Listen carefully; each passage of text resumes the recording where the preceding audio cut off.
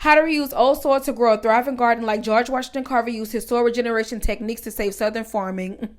My pots had dried up soil with dead plant particles in them from last season, so I poured in hot boiling water and immediately covered them with foil to lock in the steam to kill any pests or fungus. Like white farmers monocropping cotton and tobacco for decades in the same soil, depleted it of its nutrients and left black farmers in debt with sterile soil to grow in. I removed the dead roots and leaves. Then I amended the soil with my freshly harvested worm castings to improve soil structure and immunity while also reintroducing beneficial microbes. Added a slow release organic fertilizer to directly feed the crops. Like George Washington Carver knew that cover cropping and composting were essential to replacing chemicals in the soil to improve its biodiversity. Then I used his crop rotation technique and added my tomato plant in the pot where my watermelon plant was last season to prevent soil-borne diseases and ensure a healthy balance of nutrients. I then companion planted with crops like marigold and parsley to foster soil health and bolster biodiversity. Like Carver taught the indigenous practices of intercropping and polyculture to black farmers, which helped them grow a surplus of food without overspending. Bridging indigenous gardening traditions in what we now call regenerative agriculture with the science that black farmers needed to survive,